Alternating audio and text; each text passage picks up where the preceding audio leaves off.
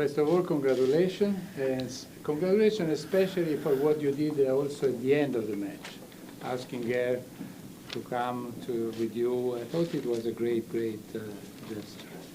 And did you think immediately to do that? Was it instinctive, or were you sort of?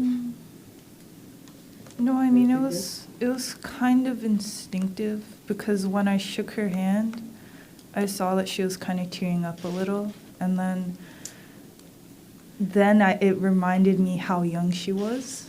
And then for me, at least when I lose, I just come into the locker room and I cry, and then I do press like here, I love you guys, but it's not the greatest.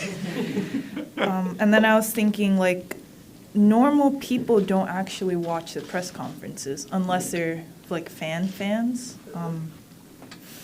But the people that are out there, they're probably going to just stay and watch the next person who's playing, and then they go home, and they wouldn't know immediately what's on her mind. So I was just thinking, like, it would be nice for her to address the people that came and watched her play, and they were cheering for her. And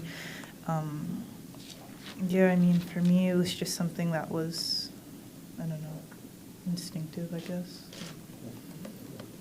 Hey, Naomi. So, it wasn't that long ago, maybe like at the beginning of the year, when you were expressing, this want for people to really just focus on the tennis and not really, just other aspects of you or your personality or whatever. But you've also been in the spotlight for a lot longer now. Has that, like, influenced how you think about moments like these with Coco? Because, when something like that happens, even if it's only in the third round, surely you must know, like, folks are going to be talking about that because it's going to be on television. I mean, not really. For me, I don't know, that wasn't on my mind, I guess.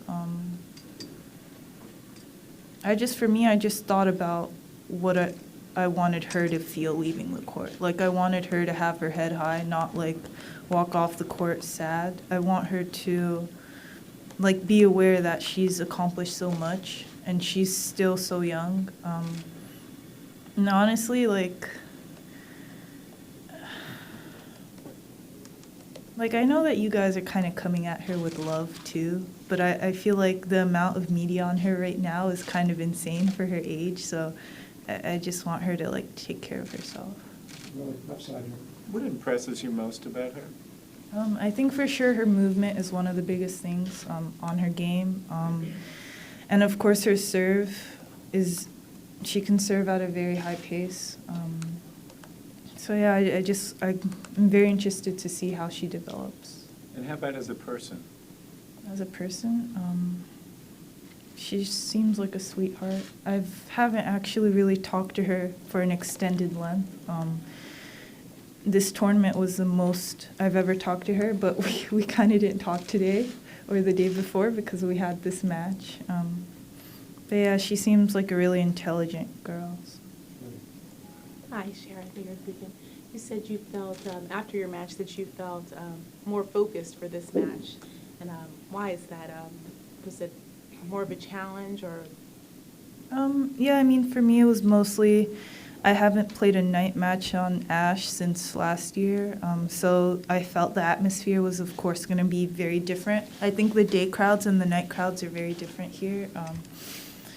And yeah, I mean, everyone was very into this match, I think. Yeah, for me, I just wanted to see how she played. I think that was the biggest thing. I think that it's been a while since I've been I've been, how do I say? I'm not the challenger, I guess. So, yeah. I'm curious if you've seen any of the success this week of your buddy. Yeah.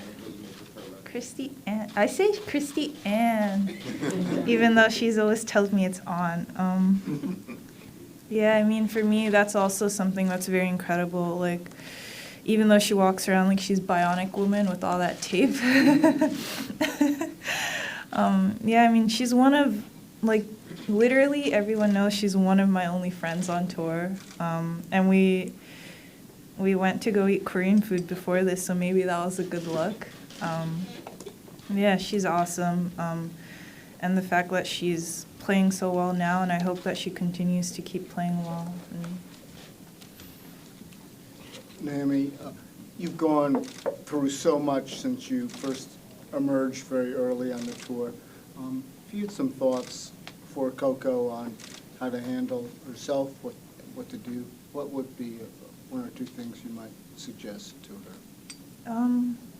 Yeah, I mean, for me, like, I would never suggest anything to her, you know? I feel like everyone's path is different, so I could never suggest anything to her without knowing, like, what she's been through. For me, obviously, I'm very odd, so the things that I suggest to her might not work. But just to keep a good group of people around you. I think that's the number one thing, and just to enjoy yourself, you know? Naomi, you got a bit emotional on the court when you were talking to Coco's parents and her folks. I'm wondering what made it emotional for you, and if you can expand a little bit what you were trying to tell them. And in a way, do you relate to her? Is that why you felt emotional? Yeah, actually, like, during the walk-on, I almost, like, cried a little bit, because she was hugging her dad goodbye. Like, not goodbye, but, like, before the match, like, she, like, hugs her dad. And I was looking at that, and I was like, oh, my God, like, don't do this to me before the match. Because, no, here's the thing, like, I literally was training at the same place as her. And, like, we would never hit together, but it was always just us putting in the most amount of hours, you know? And she was always with her dad just practicing, like, honestly, I think she was practicing more than me. And then I was with my dad, and just when I saw them hug, I was like, oh my God. Like, and I was like, yo, where's my dad at? My dad doesn't care about me. So yeah, then I started getting a little bit emotional, and then I was like, I need to put my game face on. But yeah, I mean, for me, it just, it's crazy to me to see how far she's come in such a little amount of time. Did you get any sense tonight, Naomi, of which way the crowd was going? Or did you feel it was even for you and Coco, or for both of you? What was your sense of which way the crowd was cheering? I mean, I honestly don't really pay attention too much. Like, I know for a fact, like, it was just loud. Like, that's all I knew. And I tell everyone this, but I'm kind of deaf when I play. Like, I don't really, like, sort of sense what's going on the outside. So, yeah, definitely I wouldn't really say anything about that. Naomi, in Cincinnati, you kind of made a joke when we were asking you about young players looking up to you and saying that they were inspired by you. You said, I got to put the hammer down. I can win matches, I'm not an old lady, that sort of thing. You're now 3-0 against teenagers this year, and you've played very well when you've come up against them. What was your kind of preparation and mindset like here? And even in the second set, it seemed like, you know, you were really scrapping and battling to try and get that bagel.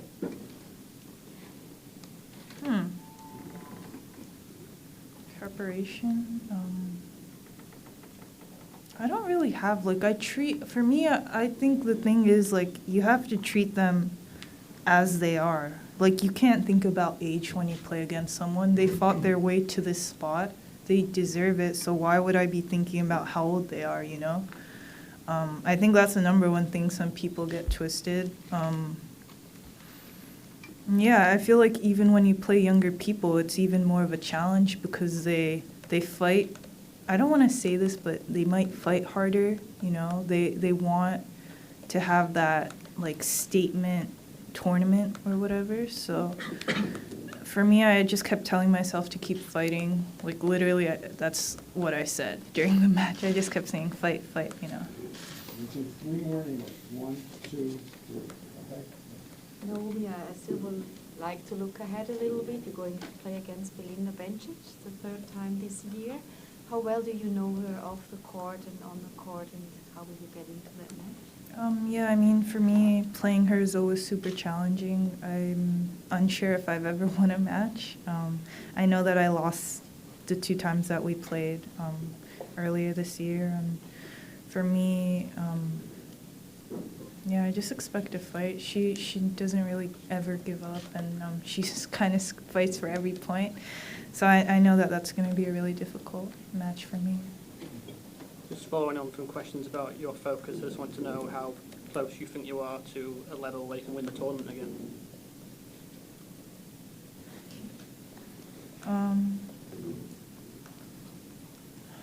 Okay, level that I can win the tournament again.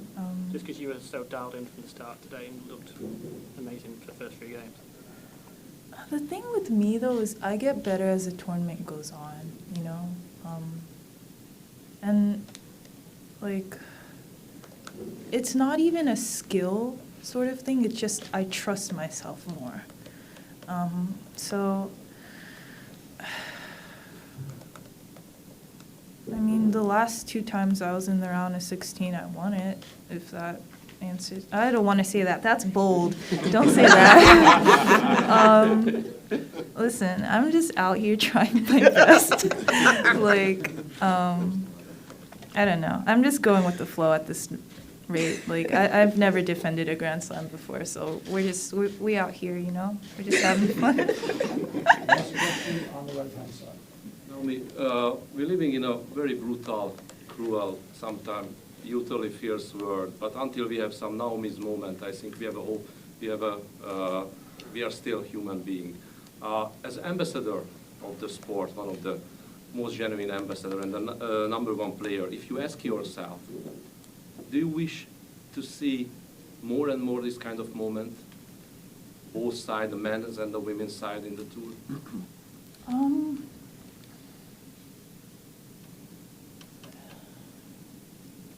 I mean, yeah, but also I don't know. I don't want to be quoted. Okay, here's my thing though. Like, tennis is a solo sport, you know? So, of course, there are people that are very fierce on and off the court, and I think that for me, like, I always feel for the person, you know? Because I know what it's like to just have to go, like, play a match, lose the match, and then you gotta go and you gotta do press.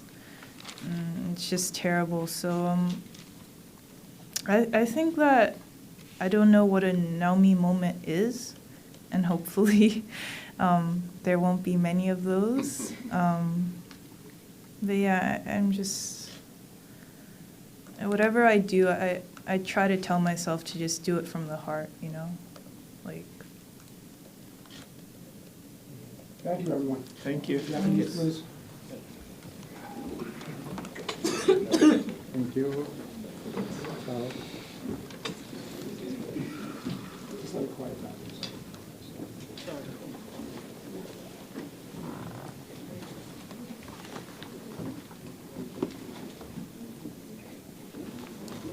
Everybody raise it. 英語で大会が進むにつれてすごい自分を信じるようなことがだんだんできてきたって言ってましたけど、今この自分の信じる気持ちはこうどれぐらいになってきたなって感じがしますか？自信っていうか大会前と比べて自信の深さとかそういうのは。Yeah, I mean, for me, I think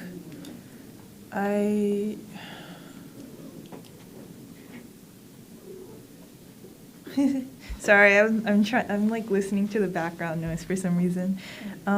Yeah, I mean, for me, I think that every match is super different, and I can never really label how much more confidence I get throughout the tournament.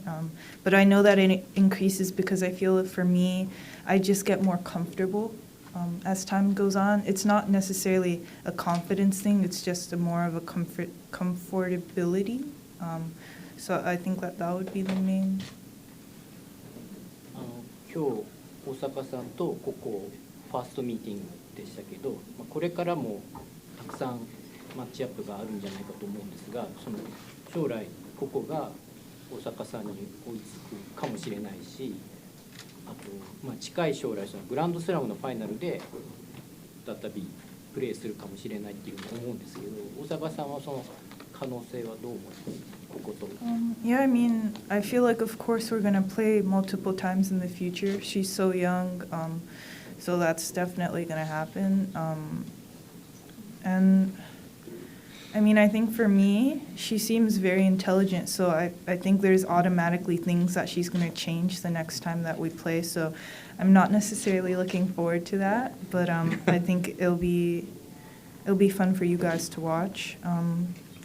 Yeah, I feel like if we do ever happen to play in the finals of a Grand Slam, that's definitely going to be a very huge memory for both of us. Left hand side. さっきココがすごくサーブがいい、あと動きがいいっていうのは知ってたって言ってましたけど、今日は大阪さんのリターンもすごく良かったんですけど、サーブがいいっていうのが分かってたからリターンが鍵になるって思っていたんですか？From my side? いやいや。I think that my return was much better than my serve today. I feel like my serve has kind of been letting me down. Well, the first serve percentage, the past couple of matches. And I know the reason why, and hopefully it can change because I think that my next round I definitely need to put more first serves in the court. But yeah, definitely I think I was making a lot of returns today and that really helped me. 今のクエスチョンに似てますけど、今日のスタッツを見ると、セカンドセットのリターンインプレーが 100% なんですけど。Oh, really? Okay. 今までそんなことありました？ No, I actually don't really look at stats like that. But that's a good one. I can frame that on my wall. Can shove that in Jay's face, telling me we need to practice returns. Practice what returns? I made 100%. But yeah, I think that's something that I've always been working on the past couple of months, just to like not do something crazy on the returns, and just like kind of keep it in play. So that's good to hear. Thank you. ナオミさん、さっき小さい時ココさんと同じコートで練習してて、ココ選手の方がよく練習してたって言うんですけど、ナオミさんは何時ぐらいから何時ぐらいまでお父さんとやってて、大体ココさんの方が早く来て遅くまで練習してたんですか？ Wow, that's like I should get in a spreadsheet, fill that out. I mean, I think I was 16, 18, 19, around the later teenage years. How old is she now? 50? Oh my God, she was like 10 or something. Okay, so she was around 10, and I feel like we would get there around the same time, maybe like 8 or something, but she would train by herself and then she would train with other people. That was the crazy part to me, because she was like 10. Yeah, but your question, it's like I need to fill out a survey type question. So I hope I answered that. 試合の最初の方なんですけれども、ココがすごくいいプレーした時にナオミさんが笑ってたのがすごく印象的で、僕にはすごい嬉しそうに見えたんですけれども、実際のところどういうお気持ちだったんでしょうか？ Yeah, I mean, for me, I was just happy throughout this entire match. I think I kept a very high level of focus, and I don't know, like for me, it's been so long, you know? I honestly think it's been since the Australian Open finals that I was that focused and I was fighting that hard for every point. So, like, the times that I made a mistake or that she hit a winner, like, it just kind of really made me happy. Like, I just couldn't help but laugh because it really felt like a battle. And I think that that's what I practice for. It's literally to battle, you know.